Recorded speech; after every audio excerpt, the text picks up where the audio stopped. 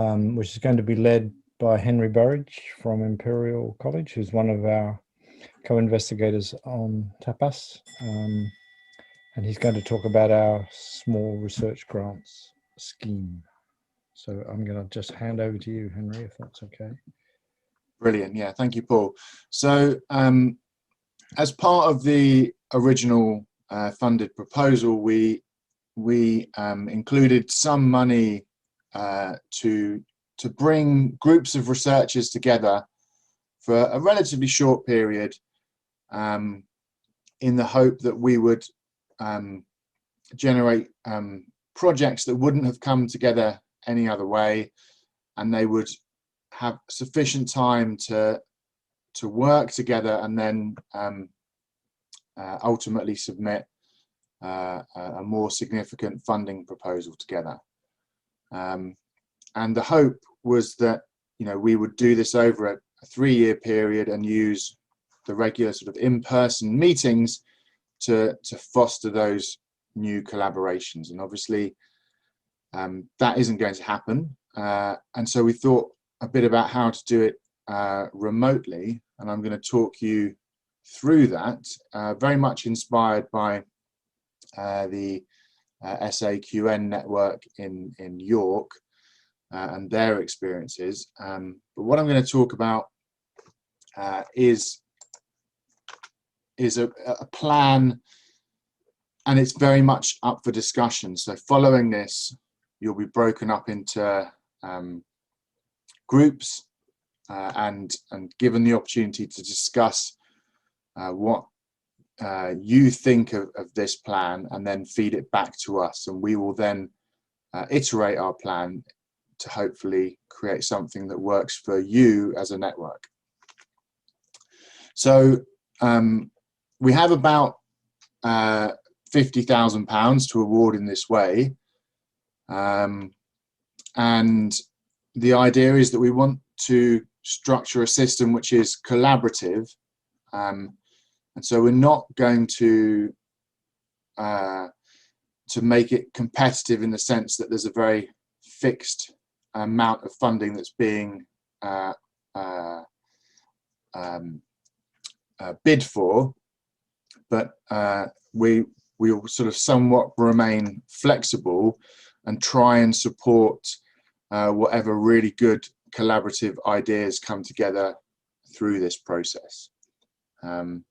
But you know, it's not a big pot of money, and we do want to sort of fund a decent amount of projects, so bear that in mind with the scale of your thoughts. The real aim of this is to engender the creation of these new teams of researchers. It'd be lovely if they're multidisciplinary.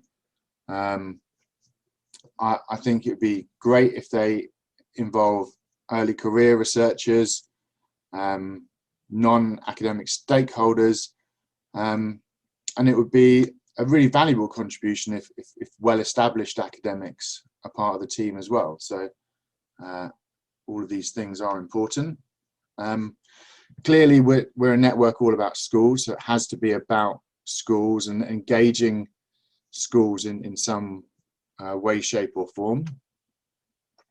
It's research, so it's obviously going to be about unanswered questions, and you know, should be future forward looking, and we're talking about relatively short research projects.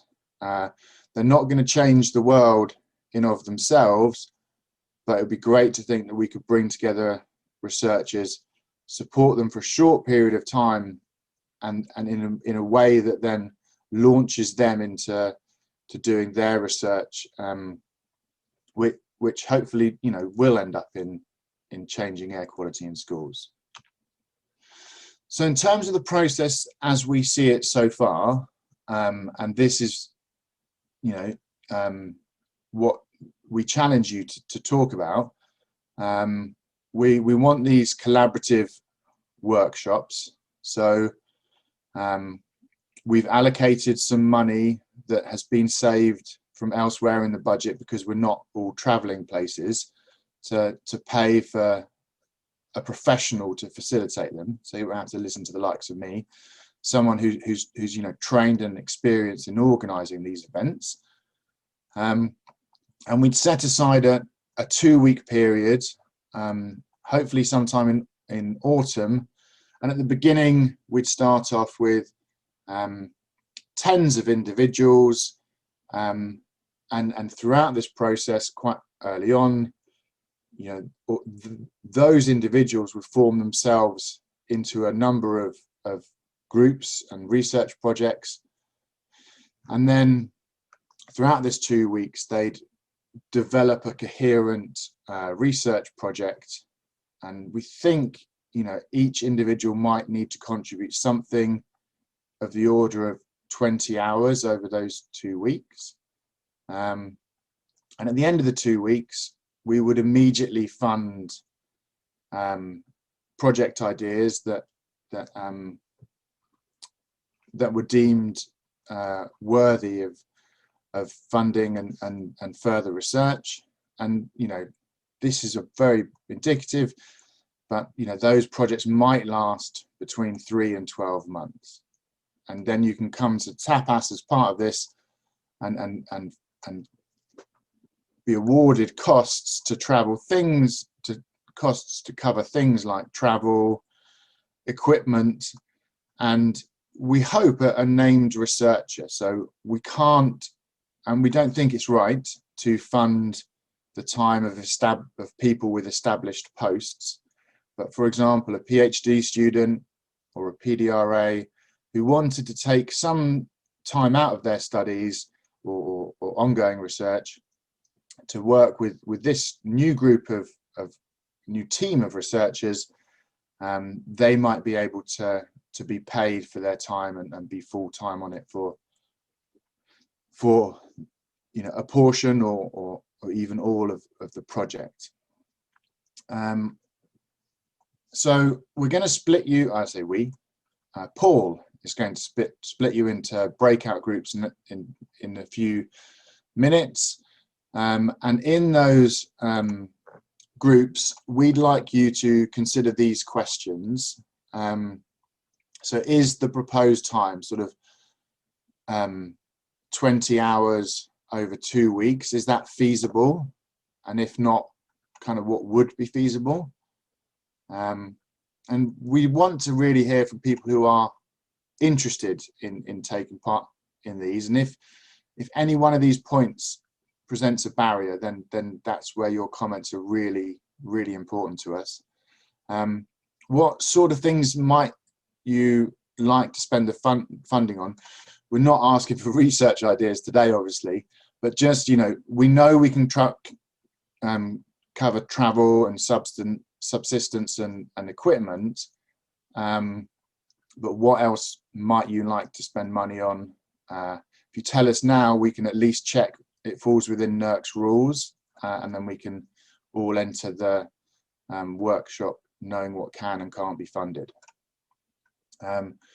You know, would funding researcher time be crucial? Our initial conversations with NERC, it may be that we can only fund them at 80% FEC. You know, where's that other 20% coming from? That's, you know, an ongoing conversation with NERC, but, you know, is that a conversation we need to worry about? Does that present you an issue? Obviously, we want to engage with schools throughout the research project, but in terms of the proposal process, you know, how involved should we expect school leaders to be? How involved could they be? And how would we, you know, create that involvement? And then, of course, you know, anything else that you'd like us to consider when awarding the funding. So what is going to happen now is Paul is going to chuck us into breakout rooms. We'll have our conversations. When you first get into your room together, obviously introduce yourselves, but please ask one person or for a volunteer to take notes, and then send either a text file or an image of your notes to Sophie at this email address. And then at the end, towards the end of the conversation, please identify someone who's going to lead the feedback. And I think we're going to have a short session afterwards where Paul brings us back together and just asks for some feedback from the various groups. And you can always, we're very happy to have this as an open conversation, which, you know, if you're involved in Twitter, you can do so by tweeting TAPAS Network.